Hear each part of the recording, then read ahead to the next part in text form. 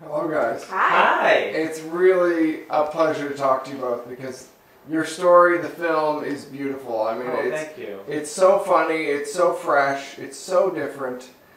At what point did all this start? How far back did this all begin for this film actually happening? We started working on it about 5 years ago. So we started working on it 5 years ago, and that's when we met Judd Apatow, and he heard our story and was like, I want to do this with you guys.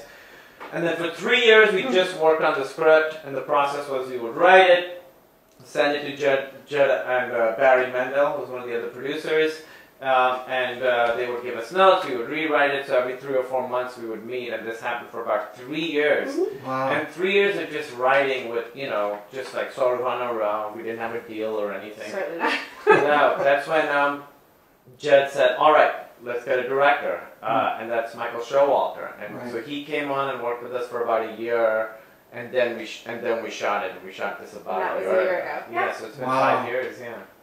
From your perspective, going through this process, what's your first impression of once you actually start getting to the point where filming starts? Because I'm sure it must be strange having somebody else playing you, essentially. It's actually really lovely, I think, because we created this character of Emily that's kind of close to who I am, but also kind of, a person on a page. And then Zoe Kazan did such a great job of kind of taking what was on the page and creating this character of Emily.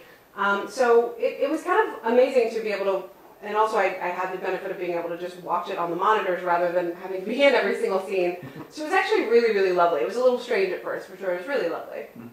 From your perspective, trying to work in as much of your life as possible, balancing out the story, what was the hardest part of what you had to drop? Because I'm assuming there must be a lot that didn't make it. Oh, into the story? Yeah. I mean, some of the stuff, there's a lot of stuff, but there was a lot of stuff we shot with the other people in the waiting room. Right. They were great actors, and we cast really great people, and they were really funny and heartbreaking, and they were really, really lovely.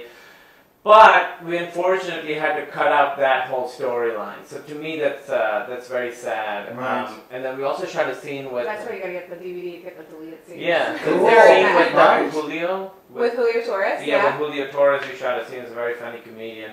And that was a very funny scene. And David Allen Greer had another couple of scenes that were really good. Those are all in the deleted scenes. Yeah, yeah, it's just very sad to have really, really talented people do really great work and just have it not making it into the movie. But we had too many storylines in this movie. Right. Yeah.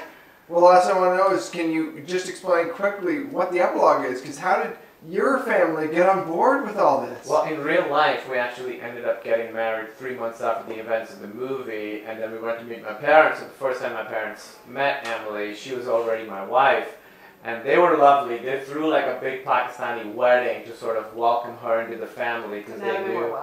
Yeah, because they were like, we need you to be part of the family still. So it was very moving. That's excellent. Well, thank you very much. Thank you.